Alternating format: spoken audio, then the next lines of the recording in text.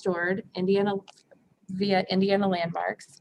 And I'm just going to introduce them really quickly and then let them take it away with their presentation. So Marsh Davis has served as president of Indiana Landmarks since 2006.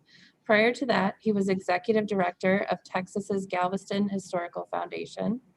He is a former trustee of the National Trust for Historic Preservation and chair of Preservation Action. A native of Lake County, Indiana, he lives in Indianapolis. So welcome, Marsh. Thank you, Jenny. Glad to be here. Thank you. And then Tina, the editor of the book, wove the stories of sites in the book based on the work of Indiana Landmarks' talented publications and preservation staff, past and present.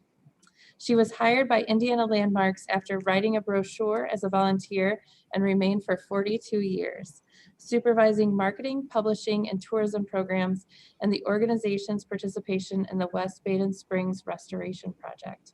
What a huge project. Wow. She retired as executive vice president in 2018 and lives in Indianapolis. So welcome, Tina. We're so excited to have both of you here today. Thank you, Jenny.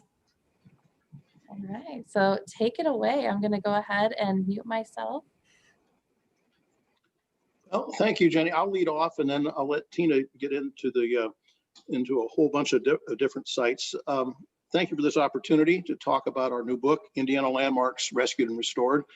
And if I were a little more clever, I would have had as my first image the cover of the book, which is a beautiful depiction of the West Baden Springs Hotel. But this book really was inspired by one of our board members who insisted that we tell our story of our work around the state over the last 60 years. We're using our 60th anniversary as the excuse to do a book of this kind. Actually, we thought about doing it for our 50th anniversary, but we were so busy that a decade passed and here we are 10 years later. So now it's 60 years and the book just really depicts in very concise terms of limited text and before and after photographs of some of our projects, just some of the projects. There are many, many projects in our work over the 60 years that we couldn't put into one book. But these are projects where Indiana Landmarks work played a critical difference in saving these properties from loss or destruction. Acknowledging fully that in nearly every case, we didn't go this alone. We have partners, local partners, statewide partners, national partners.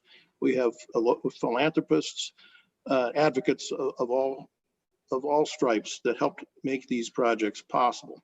But in every case, Indiana Landmarks' role was a critical ingredient in the successful save. So let's jump in at the very beginning of the life of this organization. But first, a word about the book. We tried to arrange it in terms of our mission.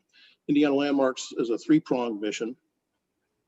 We revitalize communities, we reconnect us to our heritage, and we save meaningful places. So Tina will get into more of that in a bit. But back at the beginning, our very first project was in the 1960s, the Morris Butler House in the Old North Side neighborhood of Indianapolis. This is what it looked like when our organization took it on. Back then, we were known as Historic Landmarks Foundation of Indiana. But thanks to wonderful support from Mr. Eli Lilly, we were able to purchase and rehabilitate this property. And if I could get this to advance, there it is. We restored the property. It took several years to finish, but in 1969, it was open to the public to great acclaim and has served as our flagship historic site ever since.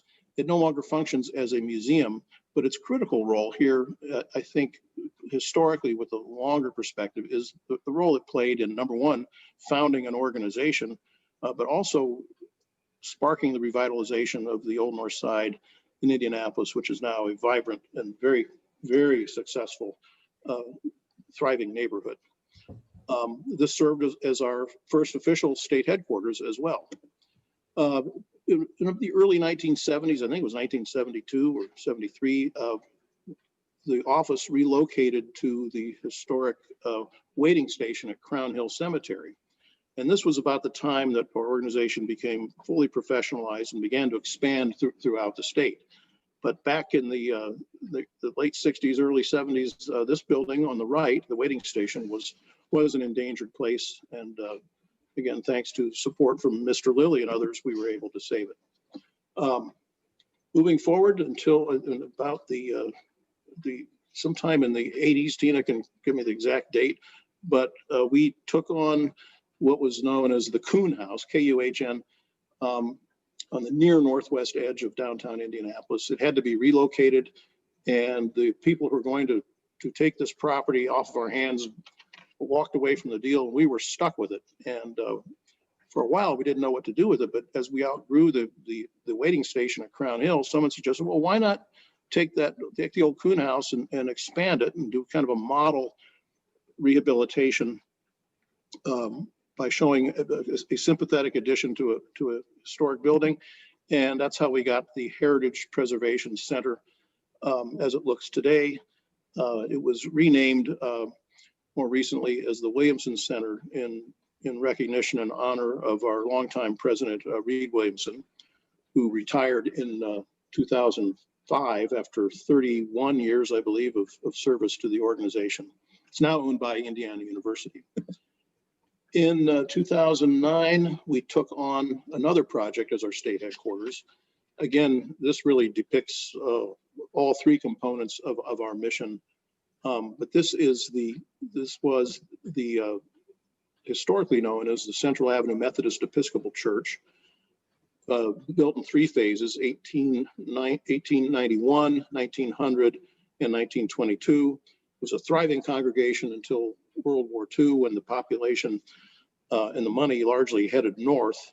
And the Methodist Church left this building in the mid-1990s. Another nonprofit took it on to keep it as a multi-use facility. And that effort petered out in about 2008. We were pondering the idea of wouldn't it be great to have a venue where we could convene a lot of people. And so it wasn't as though we set out to save this building, but this building was available at that time. We were pondering that, and long story short, thanks to generous support from Bill and Gail Cook, we were able to take on this property and to fully restore it, because there was no plan B for this place. It was a mess, as I think you could see from the previous image. We restored it as the Indiana Landmark Center, and it today functions as our state headquarters, a center for performing arts and culture. And when we get through this pandemic, it will be a bustling place once again. We're creeping back to some activity here, but it's been an anchor in the Old North Side neighborhood, and really for the state in terms of a place for cultural performing arts. It's just been a wonderful facility and has, I think, been transformative in the life of this organization. Moving from our own properties, I'm going to highlight just a few, and then I'll turn it over to Tina for the broader view of the state. A fairly recent project we took on in Evansville, and this shows what a restoration can do to revitalize a downtown. This is the historic Greyhound bus depot in the late 1930s. The Greyhound service had left this building for some years, and the city owned it, but they had no plan for it, no use, and it stood vacant for several years and was beginning to look pretty shabby. After a lengthy set of negotiations with the city of Evansville, we were able to acquire this building through donation from the city and with some additional support. And we thought, well, what are we going to do with this thing? It's a great building. We want to save it. But our first thought was to raise money through the typical charitable contributions and put some kind of a nonprofit function in the building. But at some point, we came to our senses and said, you know, what does Evansville really need downtown? They need a decent restaurant. So we made a statewide, actually a regional pitch to restaurateurs around Indiana, Kentucky, Illinois, to basically to sell this property. And we were so fortunate to land as our tenant in this building, Mike Cunningham, the Cunningham Group of Restaurants based in Indianapolis. but they are expanding throughout the region. And this has now been fully restored as a restaurant. It's called the Brewburger. And when we lit the neon sign, it was a grand celebration. Hundreds of people turned out to see a neon sign come on. It has been a key catalyst in the revitalization of downtown Evansville, and we saved a pretty cool building along the way. Even through the pandemic, it has been serving food, and hopefully things will ease up soon. It can be thriving once again as a major attraction. One of my favorite projects, not too far from Evansville, sorry to be down in the southwest part of the state for this, but is Lyles Station. This is the last African-American farming community that's left in Indiana. And its chief landmark was the school that was a beloved part of the community, but it ceased operations in the 1950s, and I don't think anybody put a nickel into it for decades. By the time we got involved in the 1990s, it looked like this, but it took many years to find a solution for this. And I tell you, if you think this building looks bad, you should have seen it 2 years later. It was much, much worse than this. And this, to me, is the example. If you can save this, you can save anything. But it took years to find a purpose and to find the funding for it. But ultimately, through our work with in Washington with the USDA, we were able to find a source of funds that was actually making reparations to African-American farmers. And this being a farming community was an ideal candidate for it. So the building, once we received funding, had a purpose. It has been restored and turned into a museum, a community center, and it is just a thriving place that really saved the last vestige of that community. The contrast could not be more stark from what it was and what it is now.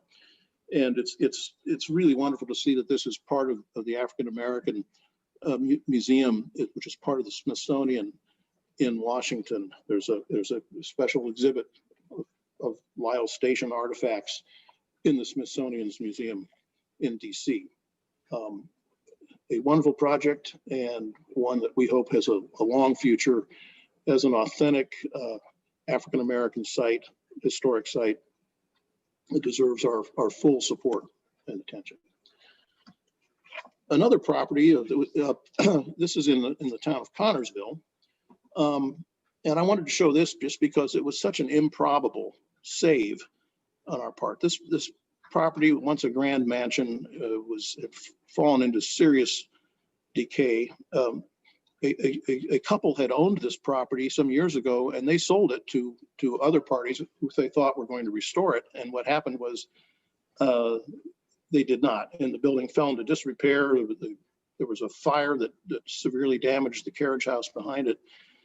So we sought to save it once again. And a lot of these properties, I should say, that we're showing have landed on our 10 most endangered list, which is a great way of raising awareness, attracting funding, attracting buyers, and so forth. So the Newkirk Mansion in Connorsville was one of those properties that we really worked hard to raise the awareness of.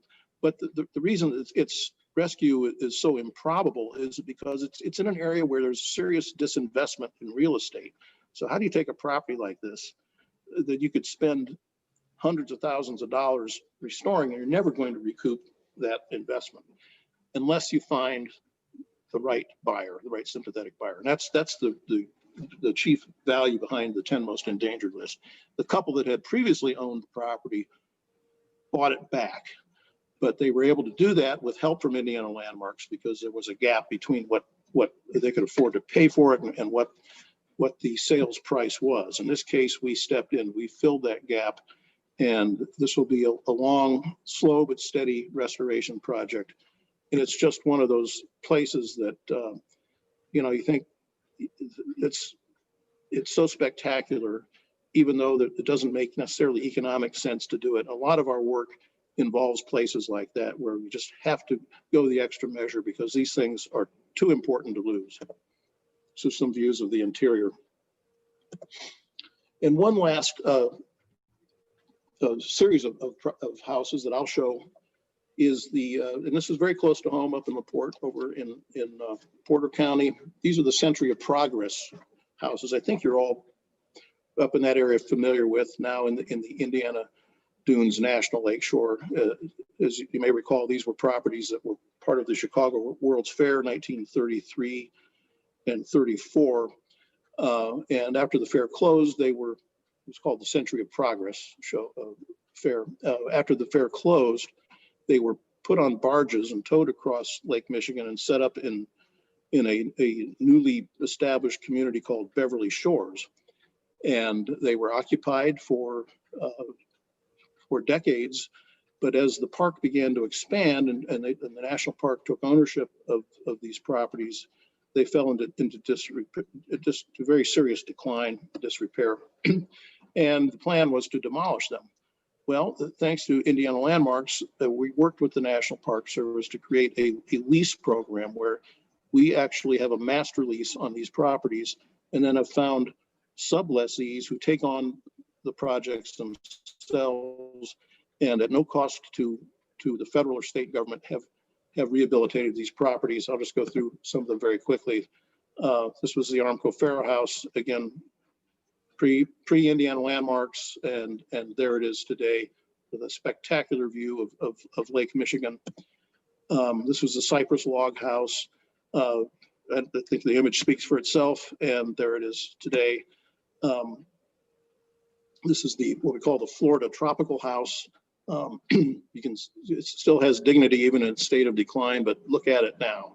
And I think you can see the appeal of these properties, not only for the architecture, but for the amazing setting with the lake behind them. And the Rothstone House, again, these were homes of unconventional materials that were on display as exhibits at the fair. And this was a manufactured stone, and here it is today. This one is about 98% complete in its restoration. But the big challenge, the ultimate holy grail for us, is what was called the House of Tomorrow, the most radical of all the designs, of 12-sided glass house designed by George Fred Keck. This is what it looked like in the first year of the fair, 1933. And it is the last of these 5 houses to be restored. And I'm going to show you what it looks like today. And if you've not seen it, it needs a little work. So this is a big project that Indiana Landmarks is focusing on right now. We have a special task force devoted to finding a solution and the funding for this project. It's not going to be inexpensive, but the goal is to fully rehabilitate this property and to make it inhabitable, which it was not necessarily during the fair's time, because in the summer it just got too hot and they had to shut it down because of all the glass. But we have a brilliant plan designed by some of Chicago's best architects and engineers that will make this house livable year-round. And our plan is to rehabilitate it and lease it to on a long-term basis to people who will live there and join the other occupants of the Century of Progress homes in keeping that community alive. And just I've got a plug for a program that we're having next Thursday, October 29th, between 7 and 9 p.m. You can join a virtual session, virtual tour with conversations of some of the tenants who've restored these buildings. Just go on to Indiana Landmarks website, indianalandmarks.org, and you can find this under our events and sign up for this program on the Century of Progress houses. So with that, I am going to pass it to my esteemed colleague, Tina Connor, to carry on the discussion with other examples around the state.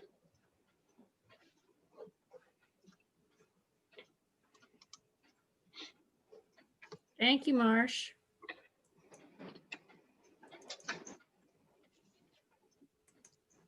You're on. Okay.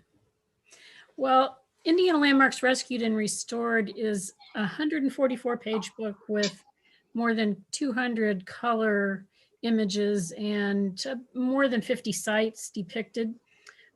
So in addition to those that Marsh has shown you, I selected places in northern Indiana, since the library that we're presenting to is in northern Indiana, and that are featured in the book.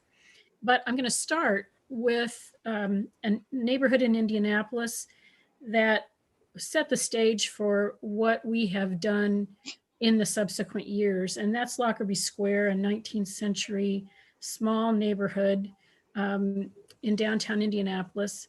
And we took about a third of the property there over 10 years and restored it. This is the Holler House, which most people would suggest should have just been allowed to decay completely. But we wanted to make it an example of what could be done, because at that time, most of the property in Lockerbie was vacant and or substandard. And so we restored the Holler House and gave it, loaned it to the city for use as the Bicentennial Office in '76. And it was a catalyst for the restoration of the district, which is now one of the downtown's enviable places to live. And downtown is a great place to live, which at the time, if you had approached a banker, a mortgage banker, about getting a loan to restore one of the houses that looked like this in Lockerbie, you would have either been politely declined or laughed at. And so now it's not such a task to get a mortgage to restore a house downtown. And that move of treating property not as museum houses necessarily, but as places people want to live, and taking the worst one on the block and restoring it in order to get a movement started in an area. We then translated into the West Washington Historic District in South Bend, and we gave a loan to South Bend Heritage Foundation to pass through to Tom and Suzanne Miller, who wanted to buy the 1906 Frank Lloyd Wright house that had been used by Avalon Grotto as a social club for many decades and was in terrible disrepair, which doesn't really show in this image, but it was in really ragged shape. And over many decades, the Millers, in a nearly completely DIY restoration, transformed in a very faithful way to Frank Lloyd Wright's design this house on West Washington. And then subsequently, we and South Bend Heritage both did other properties. This is the Remedy building, which was moved not once but twice when it was in jeopardy. And in the end, Landmarks, Indiana Landmarks, restored it and used it as our South Bend office for many years.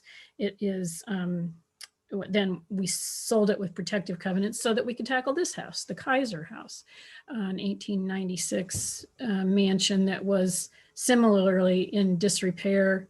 And this is an ongoing project, so keep an eye when the pandemic eases. I'm sure you'll be invited to events at Kaiser House. In another South Bend neighborhood, not all the neighborhoods we tackle are full of mansions. We address revitalization in all sorts of neighborhoods, and this is in a near northwest neighborhood of South Bend, where Habitat for Humanity and the Neighborhood Development Corporation wanted to revitalize a block in order to catalyze further restoration in the surrounding streets. And so we took the Mills House and restored it as a single family home and sold it to a young couple who are interested in contributing to the revitalization of an area, but they didn't have the DIY skills that would have allowed them to tackle it in its unrestored state. And that neighborhood is really coming along. Often we're called upon to save places that reconnect communities to their heritage. In Walcuttville, in northern Indiana, a man came from Michigan to research the genealogy of his family. His great-great-great-grandfather was George Wolcott, the founder of the town.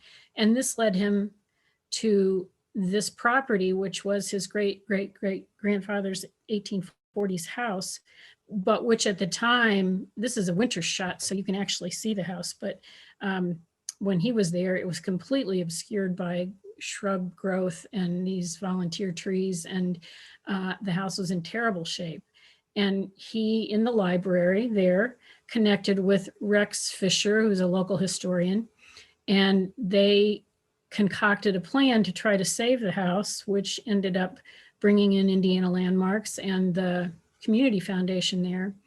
We took title to the property and put a new roof on it, stabilized it, and then found a buyer through This Old House magazine. It was featured as the Save This Old House back page feature in the magazine, and it brought us to the Kragers, who have restored it. You can tell they're not quite finished in this image from last winter, but it will be a beautiful tribute to the founder of the town, and it will be a private home and perhaps an Airbnb. It has an addition on the rear that might be used in that way. A couple of women approached us back in the early 90s to help save the catwalk in Michigan City, which kind of a signature of the town. It ends, of course, at the lighthouse in what the kids call the olden days.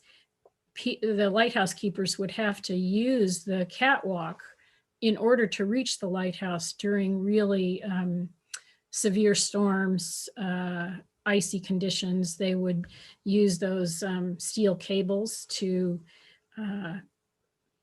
hang on and reach the catwalk, but it was in terrible shape because the Coast Guard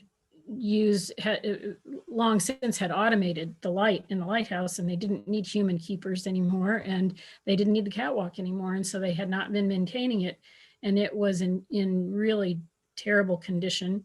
Some of the pillars that hold it up were broken, and so the women came to Indiana Landmarks for help. We listed it on our initial 10 most endangered list in 1991 and helped convince the city that it was worth saving. And so it ended up that the city took title and won some federal grants, and the catwalk has been restored, and it's a part of a valued part of the community, but also of tourist images of Michigan City ever since. In South Bend, people came to us who had been part of the congregation of Benai Synagogue, which was South Bend's first synagogue, about 1901, I think, or 1906. And they were closing this synagogue, but they didn't want it to be demolished, and they didn't want it to become something that wouldn't respect the heritage of the congregation there. So they gave it to Indiana Landmarks, and it took many years for us to save it. And then the congregation members who remain alive are very happy with the result, which is it's the team store for the South Bend Cubs. In the distance you see, it's right along the outfield wall of Four Winds Stadium, where the South Bend minor league team plays. And according to Andrew Brulin, who owns the South Bend Cubs, he thinks it's the coolest team store in all of baseball, major or minor leagues. And they maintained the interior, the light fixtures, the windows, a very respectful restoration while an unconventional use that everybody is really happy about, and keeping this piece of history alive. And the same is true in New Carlisle, where a group came to us and said, we need help to save the Jeremiah Service House, which everyone in town called Old Republic, but it had been neglected for so many years that a hurricane fence was erected to keep the public safe from the house, which was falling apart, pieces falling off. The roof was bad. It was on its last leg, and demolition looked like the likely outcome. Indiana Landmarks helped fund the legal effort to have Historic New Carlisle, the local group, appointed the receiver for the property. And we gave them a loan then to buy the house and helped fund the restoration, which was done with countless hours of volunteer labor in this small town. And the beautiful result became a museum and a B&B for many years, until in I think 2019, Historic New Carlisle decided that they would like to move on and be able to restore other buildings in the town. So they sold it as a single family home, which it was its original use. And so a couple lives there now. And that brings me to West Baden, which Marsh referred to earlier. It really combines all aspects of our mission, reconnecting to heritage, saving a meaningful place, and revitalizing a community. This is how it looked when we bought it in 1996. It had a portion of the outside ring had collapsed on what you see on the left side in the photo. And in this picture, believe it or not, the grounds had already been mowed so that you could see that there's a brick wall in the foreground. Previously, the shrub growth had so overwhelmed the place that you couldn't even see the features that were there. This was a place that we thought, Indiana Landmarks thought, if not us, who, if not now, when? This place was going to collapse. It was a turn of the century hotel and a National Historic Landmark, which is the rarest designation that a landmark can achieve.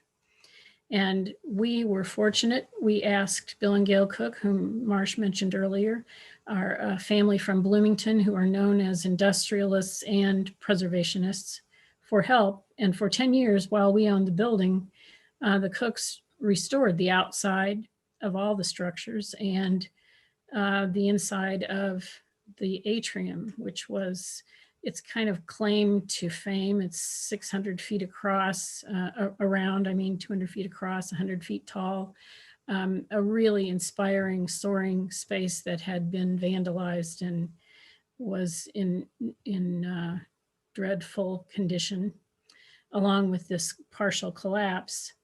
And Indiana Landmarks Board bravely made the decision to buy it, and then went looking for help. And the Cooks said, well, we'll help you do this. And meanwhile, we kept looking for a buyer, but our deal had always been that the Cook family, it's yours for $1 if you would like to tackle the completion of it. And eventually we were really grateful that they agreed to do that. And their restoration of this building has sparked many other restorations in the area, and the enterprise there, which is called French Lick Casino, includes the West Baden Hotel, the French Lick Hotel a mile away, and which is also restored, and all kinds of amenities, golf courses and stables and tennis and everything you'd expect in a resort. It has revitalized the economy of an entire region, not just the two towns of French Lick and West Baden, which are side by side in Orange County in southern Indiana. If you haven't been there when the pandemic, both hotels are open again. And when you feel safe traveling, I hope if you haven't been there that you'll make the trip to French Lick and West Baden, which are really worth seeing, even if you don't stay there. And we do offer tours of both hotels. Indiana Landmarks does. These are all places, and there are more places in Northern Indiana featured in the book, but these are just a sampling of places in Northern Indiana that are included. And I hope that it sparked enough interest that you might consider ordering the book, which you can do from our homepage at indianalandmarks.org. And we would both be happy to answer any questions that, Jenny, that you might have. Thank you so much for your presentation. That was so interesting. So many, it was kind of funny. So Greg Coulter is my tech support here, and we're sitting in the same room. So there were a couple of properties that you guys spoke about, and Greg and I were like, yes, and we were nodding and agreeing. And one of the things that you said, Tina, was you said, if not us, who? If not now, when? And so I think sometimes, you know, these projects, when you look at the before pictures, they can seem very daunting, right? Right. So what's some of the criteria? You talked about your mission, you talked about, you know, the 3 points of your mission that you use to evaluate these properties. But if you get down to more of like the nitty gritty details of really deciding to take on a project, what sort of criteria do you use beyond those 3 mission points? Well, I think perhaps Marsh is the better person to answer that question. I know one of the things he will say is that we look for partners. We look for people in a community to care about that place. And for example, West Baden, which a developer told me to call a ruin and let people crawl on it. That was, you know, the best we could hope for. But there were people in those 2 communities who cared so much about this place, even in its dilapidated, terrible state. Excuse me. And so I think the more people care about a place, the greater the chances that you will have of saving it. And I'll let Marsh respond further to that question. Well, Tina's absolutely right. We have, there's sometimes, you know, we don't always succeed. And I could say that a couple times where we have not been successful in saving properties, where we have actually not had that kind of local support or local passion. That is very important. For instance, we would not have even known about the Lyle Station School had locally not come to us and said, hey, we got something here that is really important. And we worked with them for years. On the other hand, sometimes we recognize that something is important that maybe a local community has pretty much given up on. And a good example of that is depicted in the book through the Rush County covered bridges. I mean, we very proactively set out to raise the awareness of these bridges and to form a local organization. So we didn't have the local buy-in going into it, but within several weeks, we had a strong and vibrant local partner. But the bigger question you ask, like, what are the criteria? It's very difficult to ask, and it's different in almost every circumstance. You have some properties like a West Baden, like, my God, this is too important to lose. At all costs, we've got to find a solution for it. And there are some where we, I mean, and there's some that are more nuanced, where there's such a meaning in a place. Maybe the architecture is not so significant, but it has a great cultural and historical significance. But key to all that is being able to find a solution, find support. Sometimes we can do that through our own resources, but more often than not, we have to work pretty hard. And there's another element in a lot of these projects is that it's not easy, and things don't happen quickly in many cases. It sometimes takes years, and you think, well, how long is it going to take you? Why don't you just tear it down? You haven't found a solution yet. Well, if part of our role is what we call buy time for these properties. And that is really key, because finding solutions, especially in economically difficult areas, it does take time, and it takes usually a multitude of sources of funding and expertise to make them happen. You talked a lot about community need and community support throughout your presentation. In the beginning of your presentation, you talked about the Greyhound building in Evansville and determining that a restaurant was a need in that part of the town. How did you go about determining that? Were there community surveys? Yeah, well, great question. We have strong board leadership. Indiana Landmarks is, by the way, I should have maybe led off with who we are. We're a statewide nonprofit preservation organization, and as mentioned earlier, we've been around since 1960. But we're the largest statewide preservation organization in the country, by the way, which is a wonderful anomaly that we enjoy here in Indiana. But we're governed by a board of directors, and we have roughly 33 board members right now, and a very strong component in Evansville. And so when we took on this project, we looked to our leadership, our volunteer leaders, to help us find a solution. And one of our board members at the time was a property developer who was very entrepreneurial, and So we had this idea, but we worked with him and with the local economic development people in the city and in other nonprofits to sort out, what would be the best solution here. And we put together basically a packet, almost like an RFP, if you will, to send out to, I think it was about 60 or 70 restaurateurs in the region. But again, it was through good local board leadership that we were able to move this project forward. Right, very interesting. Thank you both so much for your time today. I'm going to link Indiana Landmarks in our presentation, both on Facebook and on YouTube. So if folks want to find the book, they can find the book to purchase. They can also borrow it from the library. We have a few copies here. And you talked a little bit about some of the tours that are coming up, the virtual tours, which my coworker Greg has purchased tickets for already, and he's very excited about. So thank you so much for the work that you're doing. Thank you so much for joining us today. We really appreciate your time. Please check us out. Check us out on our website, and we'd love, if you're not a member of Indiana Landmarks, we would be delighted to have you join our cause. So thank you. Really appreciate this opportunity. Wonderful. Thank you, Marsh. Thank you, Tina. Thank you.